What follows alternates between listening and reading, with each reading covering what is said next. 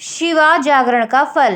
कपिलपुरी में यज्ञदत्त नाम का एक ब्राह्मण रहता था। उसे एक पुत्र उत्पन्न हुआ जिसका नाम उसने गुणनिधि रखा।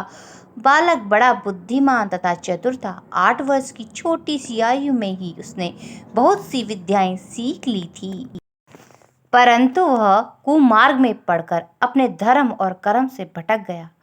वह जुआरी, खेल कूद में संलग्न और गाने बजाने वालों का साथी बन गया। उसने बहुत जल्द ही अपने पिता की कमाई लुटा दी।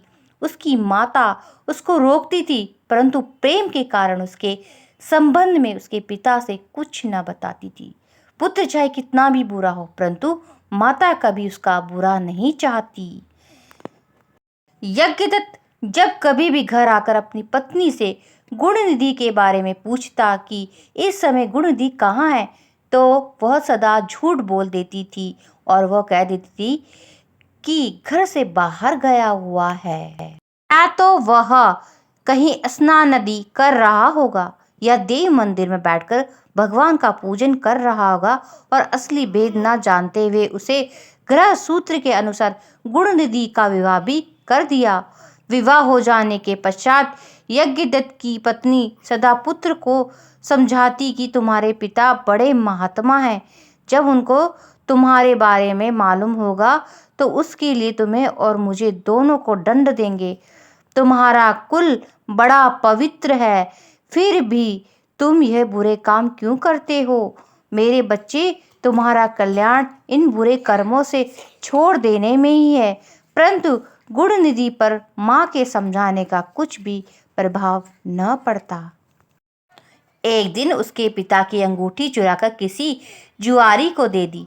जब यज्ञदत्त ने उस जुआरी से पूछा कि ये अंगूठी उसके हाथ में कैसे आई है, तो जुआरी ने यज्ञदत्त से कहा कि उसने उसकी अंगूठी नहीं चुराई। यज्ञदत्त ने जुआरी की बात सुनकर कहा, सुनो लल्ला, ये अंगूठी मेरी है और मुझे राजा के यहाँ से मिली है। तुम झूठ बोलकर इसे अपनी ना बनाओ। यज्ञदत्त की बात सुनकर जुआरी को क्रोध आ गया। उसने गरज कर कहा, जो सच सुनना चाहते हो तो ध्यान पूर्वक सुनो। ये अंगूठी तुम्हारे पुत्र गुणनिधि ने मेरे पास जुए में हारी है। उसने यही अंगूठी ही जुए में नहीं हारी, बल्कि आज तक का जुए में बहुत से साधन चुराकर हारा है। जितने ही सज्जन साधु महात्मा हैं, आपका पुत्र उतना ही बड़ा बदमाश है। आप इतने बड़े विद्वान होते हुए भी आज तक अपने पुत्र की करतूतों को नहीं जान सके। जुआरी की बात सुनकर यज्ञदत्त का मारे लज्जा से बुरा हाल हो गया। वह मारे लज्जा के मुंह ढांपे हुए तथा सिर झुकाए हुए अपने घर पहुंचा और घर आने के साथ ही अपनी पत्नी से पूछा कि गुणनिधि कहाँ है और वह अंगूठी कहाँ है जो कि उस दिन तूने उपटन करते समय मेरे हाथ से ले ली थी। यज्ञदत्त की बात सुनकर उसकी पत्नी ने उत्तर दिया, वह अंगूठी मैंने यहीं कहीं रख दी थी। अब मुझे याद नहीं आ रहा कि कहाँ रखी थी। स्त्री की बात सुनकर यज्ञदत्त ने कहा, तुम झूठी हो। तब कभी मैंने तुमसे गुणनिधि के बारे में पूछा है? तुमने मुझे बात बनाकर टालने की कोशिश की है। अच्छा, तुम अंगूठी की बात जाने दो और मुझे बताओ कि घर का अन्य बहुमूल्य सामान कहाँ है? न जाने मेरे किन पापों के कारण मेरे यहाँ ऐसा पुत्र उत्पन्न हुआ है। फिर जब उसने घर का दूसरा कीमती सामान देखा तो मालूम हुआ कि सभी बहुमूल्य वस्तुएं गायब थी। जब यज्ञदत्त ने हाथ में जल लेकर पत्नी और पुत्र को तितांजलि दे दी और एक ब्राह्मण की कन्या से अपना दूसरा विवाह भी कर लिया।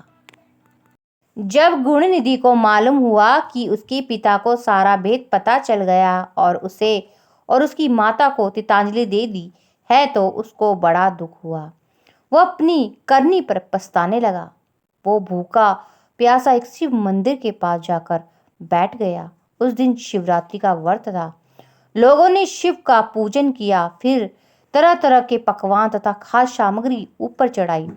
जब लोग भगवान का पूजन आदि करके मंदिर में ही सो गए, तो गुणनिधि ने मंदिर के भीतर प्रवेश किया और खाने पीने का सामान उठाकर बाहर की ओर भागा, मगर चलते चलते उसके पैर एक सोते हुए शिव भक्त से टकरा गए।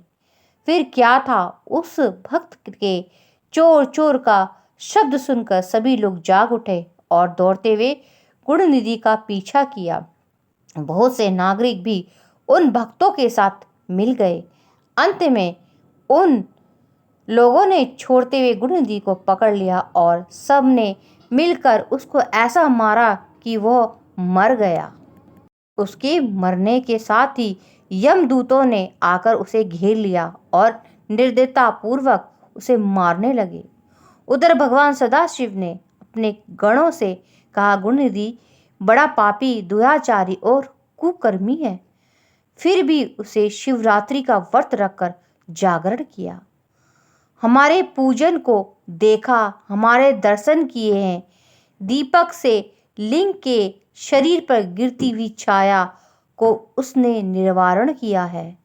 रात्रि में अपना वस्त्र फाड़कर उसने बत्ती डाली है।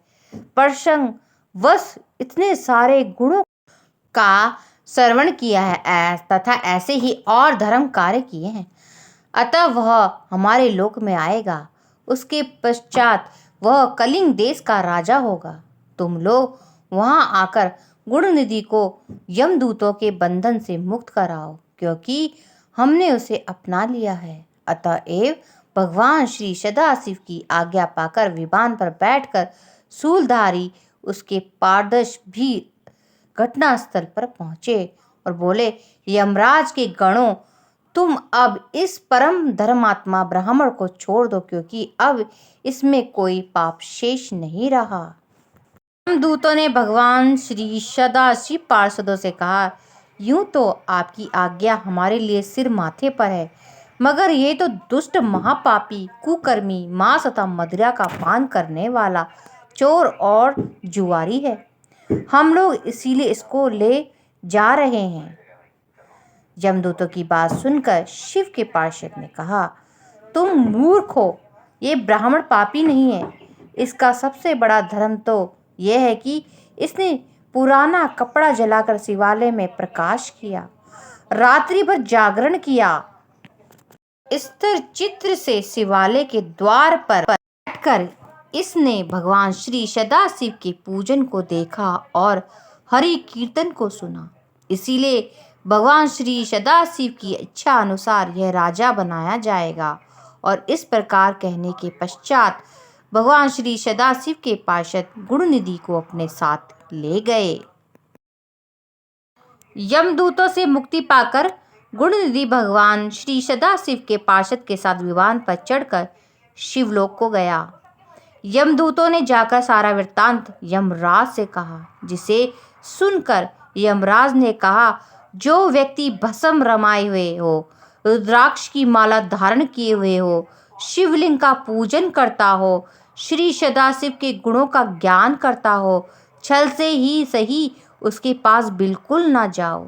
यमराज ने भगवान श्री सदाशिव को प्रणाम करके कहा कि आप इस अनजाने दोष को क्षमा कर दें। तो बोलो, हर हर महादेव।